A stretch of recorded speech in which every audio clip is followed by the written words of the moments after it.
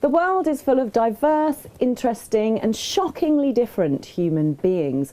The paths we walk are completely unique and our experience of life varies immensely. Some of us are born into lives of love and abundance, whereas others are thrust into a world of poverty and pain. But a good start doesn't always mean a good finish, and a bad start doesn't have to shape your future. In this series, we're taking a journey across the UK, and the people we will speak to have not only learned how to weather a storm, but through courage and strength have certainly learnt how to dance in the rain. Today we head to the coast to meet Cherie Hart, an inspirational woman who has been brave enough to tell us her story of severe abuse. Cherie has managed to turn her life around and now uses her experiences to help others. Cherie, first of all, thank you so much for inviting us into your home today to talk about your life story. It's lovely to meet you. Thank you. Nice to meet you too. Well, talking about your life story, it's hard to read, let alone go through. It's quite a harrowing tale, isn't it? Yeah, it's a bit like a script of EastEnders. I was just thinking that when I read, it's like this would make a fantastic few episodes, and it's good that you can laugh about it, but actually there's been many times in your life where you haven't been quite as happy, and it started off when you were very, very young, didn't it? You came from an abusive family. Mm-hmm. Yeah, it was when I was 7. My mum and dad were going through a really rough time. My dad was drinking a lot, and I can't believe I'm doing this. You were very young, 7 years old. Yeah, he would drink a lot and then obviously come home and take it out on mum. And I used to have to sort of protect my little sister, and we'd hide in cupboards and things like that. So yeah, and then my mum and dad split up and we moved away, and my dad stayed in the house, and we went to like a safe house, which was okay. It was a bit scary, and I had to catch 2 buses at the age of 7 on my own to go to school. Wow. So 7 seems like such a young age to have so much responsibility. Yeah, it was. And from this you've moved into a safe house with your mum. Yeah. But unfortunately things didn't get better, did they? No, she met a new boyfriend, and she would leave us with him while she carried on working, because obviously she needed the money, and then that's when sort of things started to go a bit wrong. Would you mind telling us a bit about what happened? Well, it was strange because I could never remember where my sister was a lot of the time, but he used to take me for a walk down to where like a little cow shed was, or we'd go out in the car and go to the woods. He'd send my sister off blackberry picking or something like that, and then he'd sort of try and make it into a fun type of game, and you know, his little secret, you know, don't tell anyone.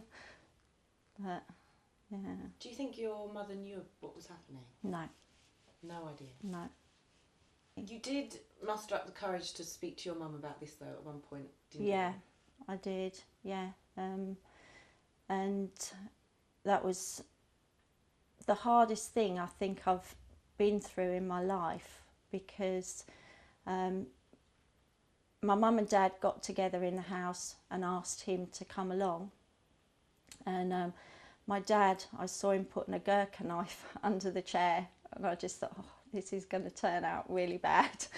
And then obviously he came in, and they started talking, and then it ended up in a fight, and they were fighting outside. And the man that abused me started to get the better of my dad, so I ploughed in and tried getting him off. Wow. And how old were you when this was happening? I must have been getting on for 8 then. Wow. And but then the worst thing, my mum and dad sent me off with him, me and my sister, to go and play football over the field while they discussed it all, and I just yeah, and I said to him, why am I here with you now? You know, and he said, well, your mum and dad needs to sort things out. And I just thought, I can't believe they obviously either don't believe me, or it's, you know, I didn't feel that I was important, or, you know, I just felt totally let down by both of them. You know, I couldn't understand it, how somebody could do that to me. And then they sent me out there with him. I just felt betrayed. And I just thought, you know, how can I trust people with how I feel anymore? These are the two people in your life that are supposed to be there for you, are supposed to protect you. Sorry, let me go.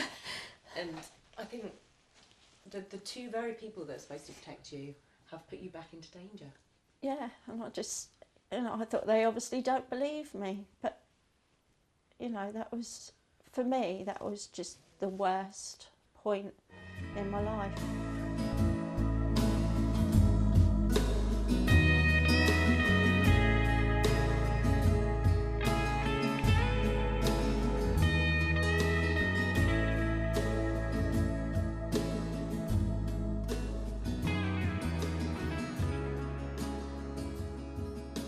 The abuse stopped.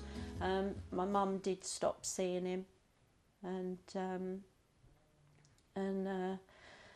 things sort of started to return a bit normal. We ended up getting back and having the house when my dad moved out.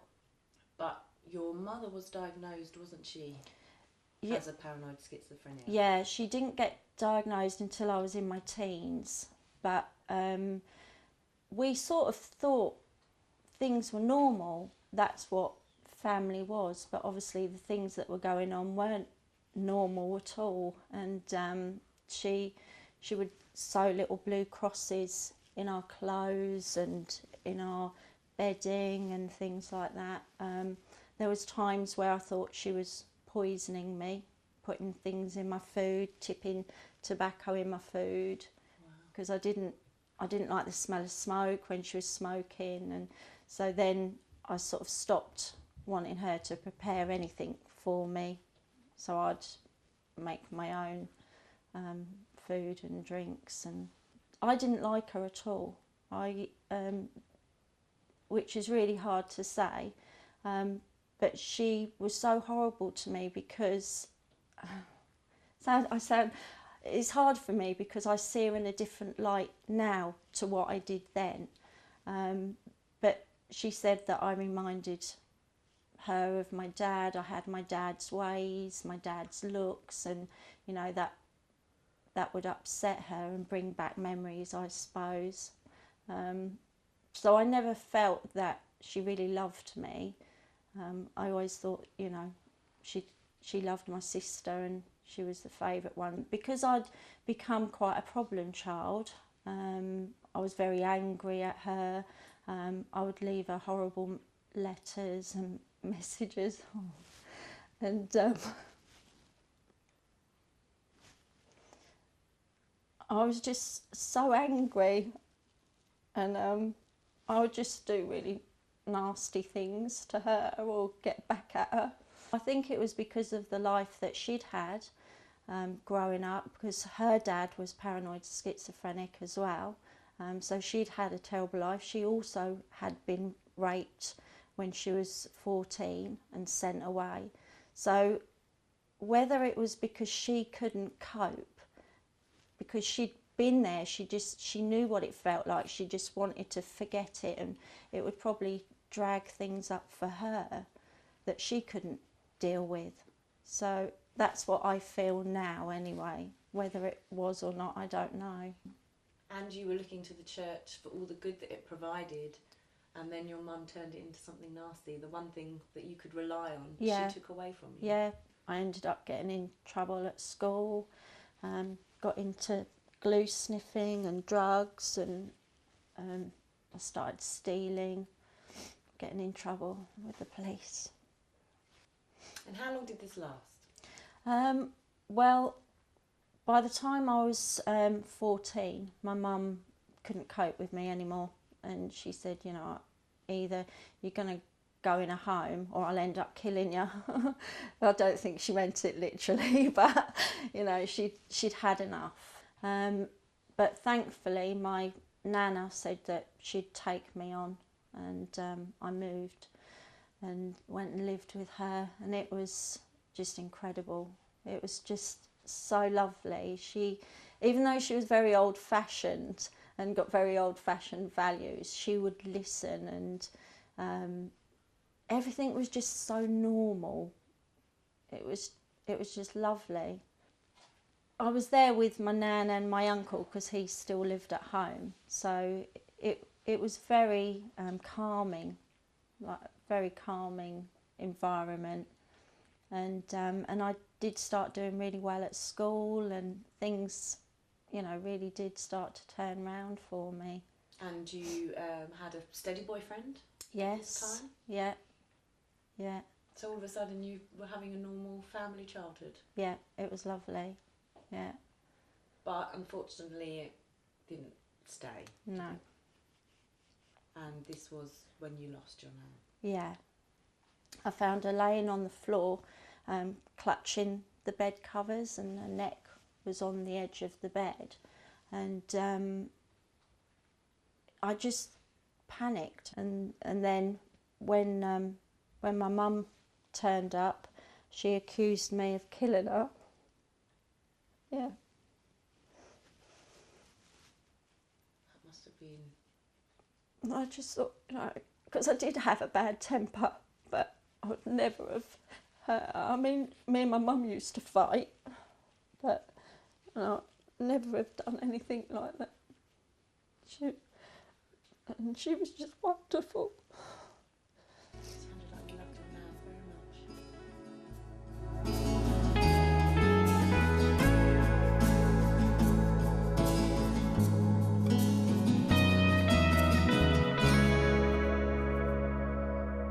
Unfortunately for you, this did mark another turning point, didn't it? And things started to go back downhill again. Yeah. I ended up losing my jobs. I had 2 jobs. I lost my jobs and ended up homeless because, well, I had to go back to my mum for a little while, and because the council wouldn't let me stay in the flat because I wasn't 18. So, 17 at this time. Yeah. So I had to move back in with my mum, and that just didn't work out at all, and she kicked me out one night with my dog, and so then I just thought, okay, this is it. I'm going to have to, you know, do whatever it takes to find somewhere to live and be able to look after myself.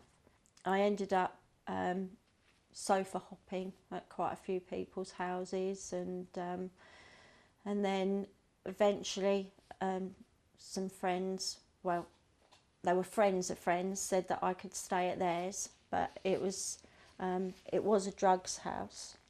But I mean, at that time I didn't take drugs, and I just thought, well, you know, they seem nice people, which they were actually. They were lovely people, and they let me stay there. But it wasn't a very good environment, really. All I wanted then was to, like, have my own family and just make it like how it should be, in my mind, what a family should be. Husband and wife that love each other and having children and doing family things, you know. So for me, that was just what kept me going, because I knew that was what I was going to have. Now, you did meet a man. Yeah. Unfortunately, he wasn't the best of husbands to you, was he? No, he started off really well until I fell pregnant, and then that's when the sort of viciousness started, because people had said that it wasn't his, and he believed them, and so yeah, he started to change from a really charming, lovely person into a really nasty, evil man. And you become another victim of this time it was domestic violence. Yeah. With him, it was a power thing. He just liked to be in control, and that I couldn't have a voice, I couldn't have a view. And if any time I'd have a view and mine was right and his was wrong, then that was when he used to get really mad and crazy. Was he violent? Yeah, very. But and mentally cruel too. I mean, Which sometimes can be a lot worse. Yeah, I mean, he'd always throw in my face, "Oh, you're just like your mother, you know, you're crazy," and that really hurt, because I would try everything in my power not to be like my mum. And you stayed with him for 7 years. Yep. You had 2 children with him. Yep. Was he ever violent towards the children? He was in the end, and that's when I thought, enough's enough. He can hurt me as much as he wants, you know, I could take it. But when he started hurting the girls, that was it. And it was while I was at work. So you would come in from work and start to notice? She'd tell me, Daddy hurt me, and she'd have bruises. I didn't actually think he would be capable of doing that. And that worried me, because I thought, how far is this going to go? And I thought, no, I've got to get out. I just felt a failure at everything. I couldn't make a marriage work. I couldn't be a good mum. You know, I just felt useless. And I just thought, you know, it's all my fault. And I just felt they'd be better off without me. Listen, for I declare love in my heart.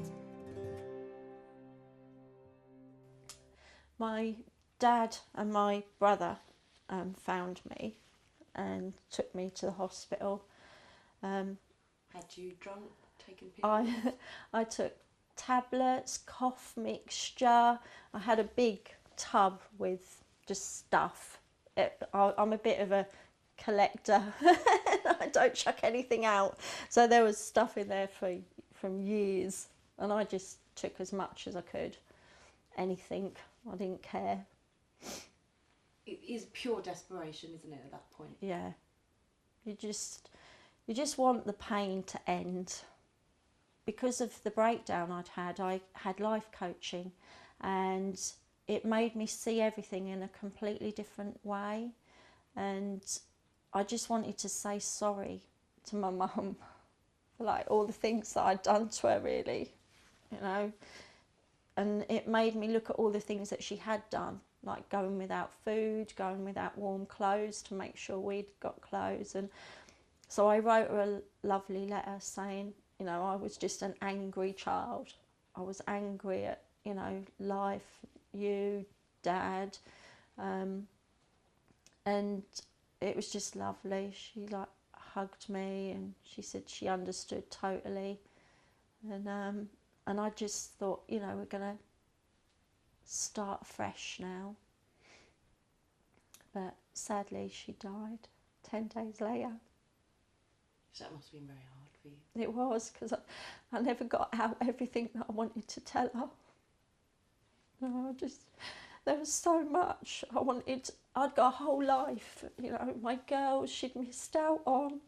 There was so much stuff that I wanted to show her, you know, because we'd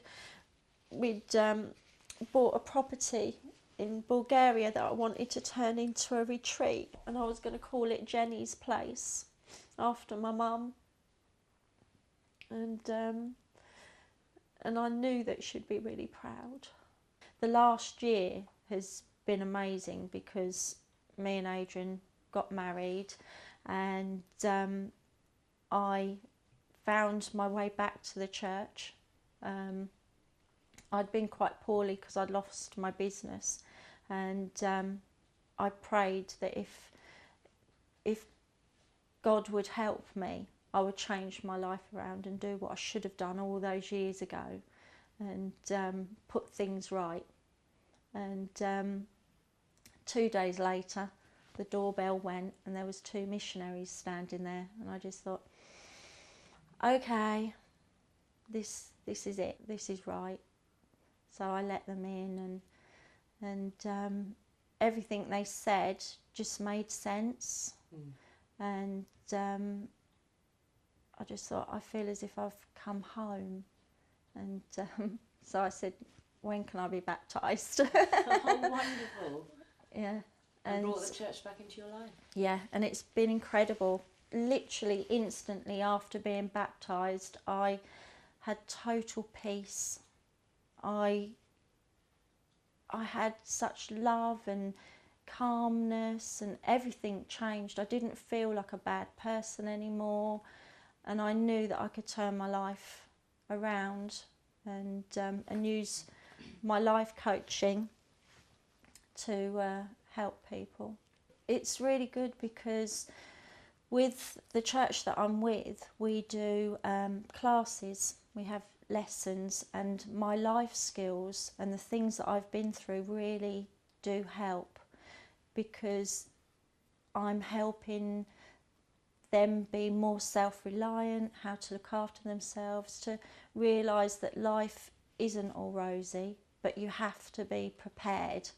You know, you've got to think of the unexpected. You can't think that it's always going to be good, and that when times do get tough, that you're never alone.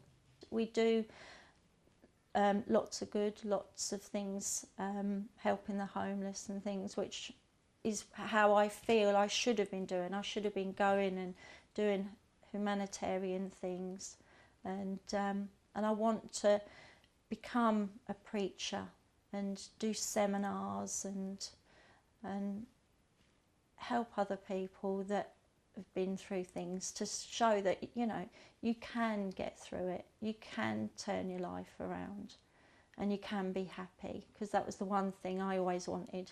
How I look at life is, people are not perfect, and we all make mistakes, and a lot of people do what they think is right at the time for them and for others, and sometimes it isn't right, but they're only doing their best, and that's the way I look at life, and that's why I don't hold any grudges, and I can forgive, because, you know, I've made mistakes. I've not been a good mum to my kids all the time, and I think, well, if I want forgiveness, then, you know, I've got to forgive others as well. So what's the plan? I'm in the process of writing my autobiography. Wow. Yeah. It's going to be a hell of a read, I'll tell you that. Yeah. And there's a school in Bulgaria that I would like to transform into a safe haven for people that want to find themselves again, and to grow and to get strong, to learn new things about themselves and to change lives. Well, you're certainly proof that it can be done, no matter the story. Talking to you now. Yeah. It's not been an easy journey. No. Thank you so much for sharing it No. with us. Thank you for letting me.